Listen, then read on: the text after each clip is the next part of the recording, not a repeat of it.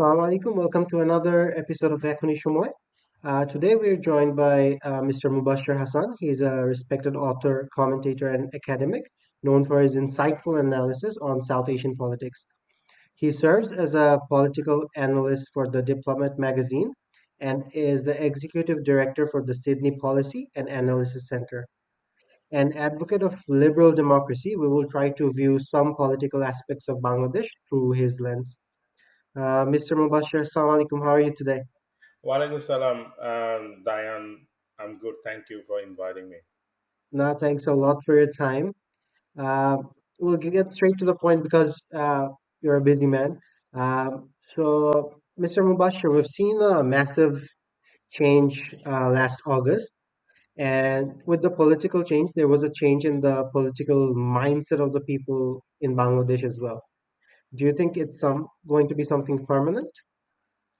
So I think there is a the change in the mindset you are speaking about. It is not linear or it is not homogeneous. There are a lot of diversity and also complexity within what you call the changing mindset. But there's one thing in common which we observed is that there was a massive upheaval against Sheikh Hasina's dictatorial, authoritarian, and brutal regime. That was common from housewives to a student of madrasa, from a student of Dhaka University to businessmen. Everyone took the streets because they felt it was a matter of their existence. So that commonality was there. The question is, what is happening now on the background, on the ground? Is there a similar mindset? If we talk about political landscape, we don't know because there is no way to know. There are what we are seeing that it is there are lots of diverse opinion. Some are competing, some are even aggressive towards each other. And I think that is in some way indicate that the context has changed, and that is we are having a more open space for conversation.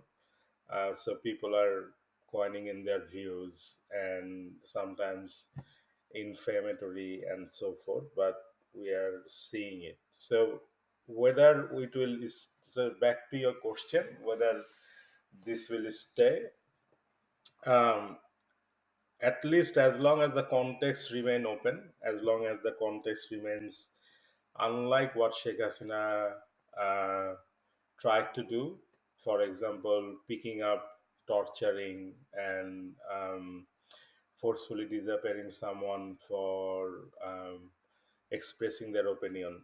So that is not there anymore in Bangladesh. So if as long as the context remain open to for the flourishment of competing views, I think we would continue to see divergence of opinion and mindset, and it is normal in a democracy.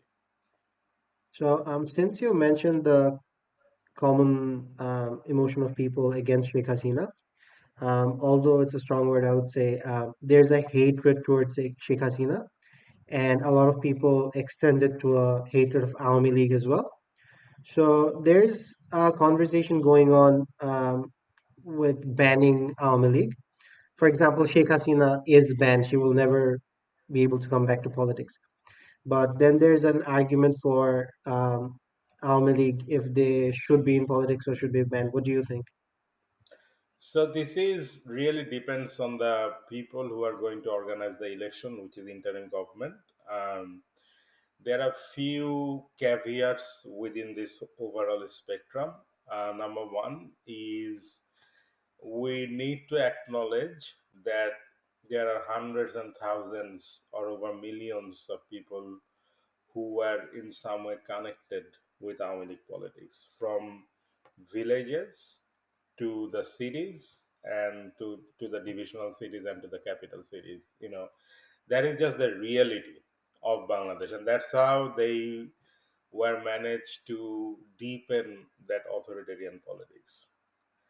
And also, there is the fact that Army League, as a party under Sheikh Hasina's regime, have committed crimes against humanity, and that was acknowledged by the United Nations. Um, Also, related to the fact that not all Army Leaguers have participated in crimes. That's also a fact. Um, Now, if you ban the politics of Army League, that will that will offer new realities in Bangladesh. What are the new realities? For example, a large group of people may go underground, and there are certain incidents we have already seen. For example, the person who did that caricature of Sheikh Hasina in the rally of Pohela Boishakh in Dhaka. He was a Hindu man he was the main artist. His house was set on fire by Army League. Uh, Allegedly, because it's I don't know the exact fact, but that's the sense we got. Um, there are Army Leaguers who are bringing out rallies here and there in different parts of the city and also different parts of the country.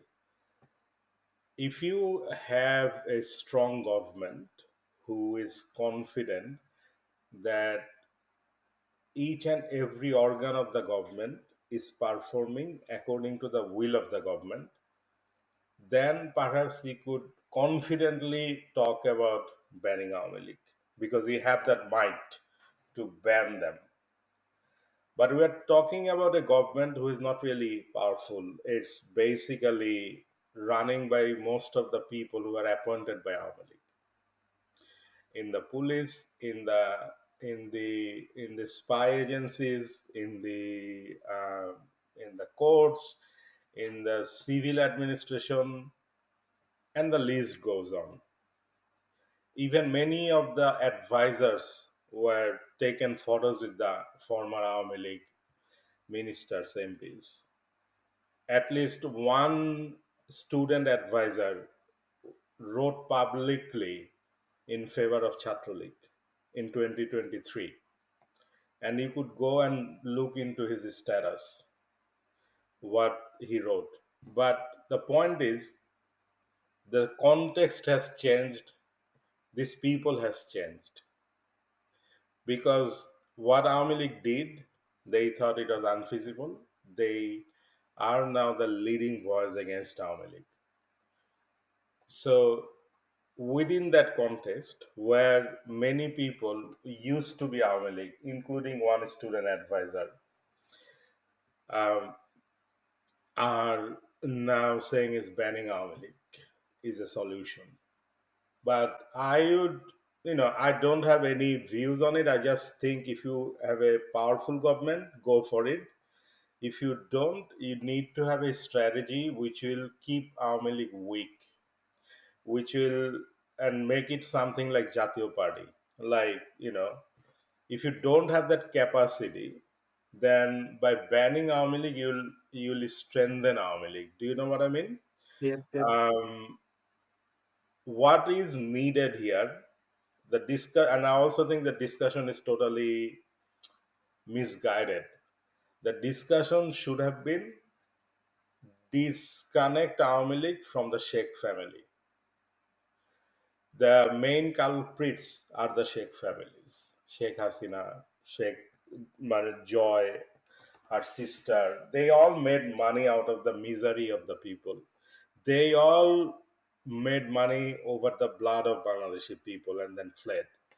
And the whole campaign was supposed to target them.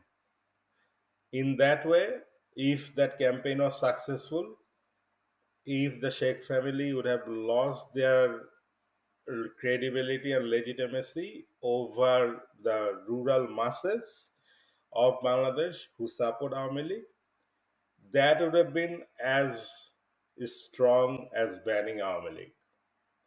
Now, what you are doing, or the people, the advocates of banning Awami League are doing, is that they want to ban a party which is still 100% show 100% committed to Sheikh family and Sheikh Hasina. And she is the mastermind. She is the mother of the all killer. She is the main criminal that committed human rights violation. And banning Awami League discussion doesn't really address that problem, and it doesn't go deep into the solution of that problem. So I think that discussion need to be rethought, and people start to thinking in longer term rather than short term. Because Jamaat was banned at some point, what happened was that was did people stop supporting Jamaat? If you would see that Jamaat is the one of the strongest party now, despite facing so many hurdle, so much repression. It still is there, despite people are not even allowed to talk or express their support to Jamaat in Sheikh Hasina's regime. Jamaat is still there. So you have a example at your hand that banning is not the solution to weaken a party structure. Then you should rethink that how we could achieve the same goal, that but also use the different rhetoric, because that banning rhetoric didn't work in Bangladesh. And if that doesn't work in Bangladeshi context, if banning Jamaat discussion didn't work in Bangladesh context, it is definitely not going to work on Awami League context, because Awami League is much larger party than Jamaat. Awami League has wider popular support than Jamaat and more acceptance among people, unfortunately, comparing to Jamaat. So it is destined to fail unless and until there is a more well thought out strategy to disentangle Awami League from the Sheikh family. Does it make sense? Yeah, it does. It does. And since you talk about change, I would say a big change in the political field was the emergence of the National Citizens Party, (NCP). So there's a lot of conspiracy discussions, whatever you may call it, around NCP. So some say it might be a genuine political platform. Some say it might be a part of a different agenda, maybe a global agenda. What is your take on it? What is your question? So how do you assess these discussions? Do you think it will be a genuine political party? Do you think it is a part of a different agenda, maybe a international agenda? No, it is a welcome change. The students were the face of change in Bangladesh. Let's acknowledge that. Yes, there were political party machinery and supports behind the resistance on the street, but the faces were these students. There is no there. Anyone who says something else is absolutely living in a fantasy world. Put it gently. So definitely, students' party has a lot of potential, and we all should be very grateful to the students who were the face of the resistance. Um, so that is the premise where I stand. Now, if you disentangle a bit about what happened after the student party was formed and the rhetoric around it, there is a tendency within the student party to act like the way Awami League acted, especially around the theme of Shohids, around the theme of the people who died, around the theme of the people, around the ownership of what happened during July August. And we need to acknowledge several things.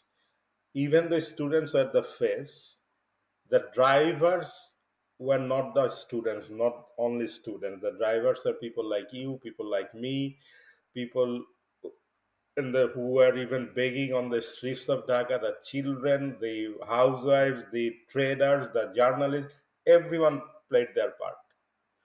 So calling it that they took the streets because of the students, and that's why they are in some way like the legitimate representative. I think that is a bit dangerous. They should rethink about their strategy. We all love them, but at the same time, everyone should acknowledge the mass upheaval. That was organic. People just took the streets because they were anti oppression. This party has a lot of potential, and it has a potential even to weaken Awami League further, or other major political parties. But the problem with them at the moment is that they are doing a bit of cheating.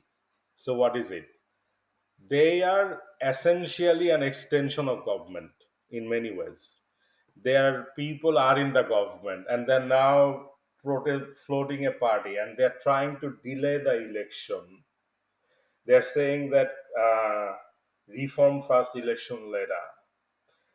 These arguments are flawed arguments because these arguments are eventually going to weaken their party for a number of reasons. One, they don't have the organizational capacity, mass organizational capacity. Number two is there will be bad things happening. I know there was a news that came out 2 days ago. I think the group of people who are affiliated with the NCP stabbed a Chhatrodal guy, and that guy was dead. And there are news reports that Mohila League, Women's League leaders are giving speeches in NCP events in Mymensingh. Um, the list would go on. The point is they don't. They're still very young, so they shouldn't use the government to give them time to build a party. It's not gonna work this way. Every party needs to be strengthened with organic support. You cannot engineer a support. If you do an engineering, it will not be sustainable. Jatiya Party is a case in example. So I think, so to cut the long story short, I agree fully that the student parties are organic. They were the face of our change. We all love them for their role that they played, even though they don't acknowledge our role to many ways, but we don't care. We want them to succeed so that they could fill up the vacuum of that fascist ideology that is being perpetrated by Awami League. But at the same time, they need to be more pragmatic. There are a lot of hatreds or criticism towards BNP for some example, for some reason from the NCP, and I think they should avoid it because if you look into the wider spectrum, it is the BNP people in many ways. Yes, there are a lot of allegations against BNP, but at the same time, it is the party that is working in tandem with the administration and even with the military to stabilize the country. There were Chhatra League people who are bringing out rallies. Who are going after them? It's not NCP, it's not mass people, it's BNP people who are going after them, arrest and give them to the police. Even though I don't know whether it is carteling their democratic right. But the point is, in many areas they kept them on check. Yes, there are some exchange of money between people. Everyone took money. There even you will see news that Army League leaders are giving speeches or participated in rallies with Jamaat. So it will happen everywhere. The reason is Bangladeshi society are interconnected. Like in one family, you'll find someone is doing Awami League, someone is doing BNP, someone is doing Jamaat, and it's absolutely in a way normal. We can't go back the way Awami League did. We can be fascist, but we have to be as strong as bringing fascist into the face of justice. Now, I'll get back to election and BNP in a bit, but another important thing that I think is there's a discussion around a shadow leadership from the security wings behind the interim government. Some might even call it a deep state or something like that. So, do you think something like that exists or something like that is happening? And do you think is there any tension between the military and the civilian administration? I think there was a deep state, but it was Sheikh Hasina's time. There's like deep, many deep states were working during Sheikh Hasina's time, starting from DGFI, RAB, DB, NSI, all those agencies were acting as they are part of the Army League or an extension of Army League. So those were, and the oligarchs, the businessmen, made a lot of money and left the country. So they were genuinely deep state at that time. I don't think there is any deep state, a presence of deep state in Bangladesh right now. And I also think um, there are a lot of cooperation and cordial relationship between the military and civilian government at the moment, and it is only purely because Dr. Muhammad Yunus, he is at least we need to acknowledge probably he is the most famous Bangladeshis we have seen in our lifetime. If you go to somewhere, go to a bookstore or even in a university in Melbourne, tell someone who is not Bangladeshi and ask them, "Have you heard of name of Dr. Yunus?" They would probably say, "Yes, we did." You ask them, "Have you heard the name of Bongo Bondhu Sheikh Mujibur Rahman?" They'll say, "No, who is that?" So you know the meaning. It's the reality that we are living in. Anyway, coming back to the point, I think also that there is a new kind of deep state, but it's not really connected with the state the way deep state working, like intelligence agencies and so forth. There are a group of people who wants to delay the election, and they are in a way peripheral within the government. They are not really part of security establishment, but they're using famous YouTubers and many others to propagate a false argument that delay the election, keep Dr. Yunus for next 5 years. How old is Dr. Yunus? What happens if something, God forbid, happen and normally to him? The whole country will go towards chaos, right? And new people will come. We don't even know them. So it is the best and most risk averse scenario to move into election so that a political power takes over, and then you hold that political party accountable. And the way the generation Z, your generation and other people are much more aware of politics now, and it is not going to be as easy as Sheikh Hasina ruling the country. No. So I think the solution would eventually be in the election.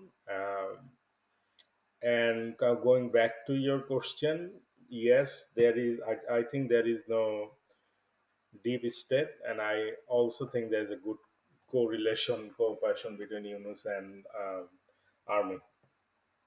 So, one last question before I get to election. You've kind of mentioned it already, but how do you interpret the roles of other countries like US, India, China, Russia in this transition? Look, I think they are not that important anymore, like they used to be in Bangladeshi case before. I think super interesting the US case. I think US is firmly behind Yunus, which is quite a surprise because India was hell bent on turning Trump against Yunus. But I think because Yunus had good reputation within the American establishment, within both Republicans and the Democrats, I think India's plan didn't work. That's number one. I think we need to talk about China, right? So China invested more than India into Sheikh Hasina's government. You know, the whole idea of development is of Army League's rhetoric of development is premised upon Chinese money. Like, yes, we're gonna build this, we're gonna build this, we're gonna bring business and so forth. So China invested much more than in Bangladesh authoritarianism than any other country. But the interesting side of China is that it has a policy of non-interference into politics. So it will only go with the people who are in power, irrespective of who is there. And that is why it didn't get much flack from the people, like the way India got flack from the people, and all for the right reason. But China invested in Sheikh Hasina's authoritarianism. We need to acknowledge that they invested to deepen and strengthen and Sheikh Hasina's government. However, because people are mad with India, China had no problem in getting along with Yunus, so they did. And Yunus also used that opportunity to show India that, if you don't want to hang out with us, if you don't want to have a good relationship with us, it's fine. But I need to go and create business for my people and economic opportunity and for my people. So I would go to China, and then that eventually made India realize that yes, Yunus has a plan. So Modi and Yunus had a meeting after like a year, like after a year of this. I think India needs to wake up from its Army League drug. It just sees that Army League is the only party that is equivalent to Bangladesh, which is not anymore, which will not be from this point on. So they need to revisit their foreign policy. They need to be respectful to the deal they make to Bangladesh. Is just it's not like something extraordinary respectful. It's just mutual respect. It's just people to people, country to country mutual respect. They need to show that mutual respect to Bangladesh to win the hearts and minds of Bangladeshis. They need to stop border killing, and we all know that they played a strong role in enforced disappearances as well. The Commission on Enforced Disappearance in Bangladesh, in fact, wrote in one of their report that India played a role there, and that's why Salahuddin, BNP's General Secretary, ended up being in India, forcefully being held there. So India need to revisit its military and foreign policy, while Bangladesh doesn't need to produce any sort of security concern to India. It's not just military. It's not military common sense. Everyone should respect each other. And Russia was also investing in Army League to some extent. The Nupur power plant, Rupur power plant, and disinformation from Russia about Bangladeshi government and in support of Sheikh Hasina. But I think it is too busy now with the Ukraine war and what's going on. I don't think Bangladesh is holds that much of importance in Russia at the moment. Now let's get to what I think is the most tricky part, elections. Yeah. BNP says they want it by December. Jamaat wanted it before Eid, before Ramadan even. And interim government says it could be even middle next year, June. So how do you interpret their individual stances? Like, do they have different goals, or what do you think? Who do you think is right? Definitely they do. Definitely they have different goals. That's why they want the election in different times. I think holding election in June, that is which is the plan of interim government, is just nonsense. I say why? Because there is a rainy season in Bangladesh. It is monsoon. Why would you hold an election in the rain, where there is no precedence of holding election in monsoon? Why you are even thinking of it? So that's why I said it's nonsense. It's nonsense um, logistically. That's number one. Number two is there there is likely to be, we'll see some tension in the streets in the coming days, and this tension will be surrounding on July charter that the government is going to announce, and in that July charter there will be disagreement most likely within the between the political parties and the students and so forth, and then we'll see if the interim government announces that July charter next year, then we may see election would be further delayed, which nobody wants. The reason we need election as soon as possible is because this government showed that it doesn't have the capacity to run the government without the people who were strongly committed to fascism. So I've mentioned at the beginning of your interview that from police, spy agencies, civil bureaucracies, everywhere there are people who supported fascism, who deepened Sheikh Hasina's authoritarianism, and even helped her to guard the grave human rights violations they committed.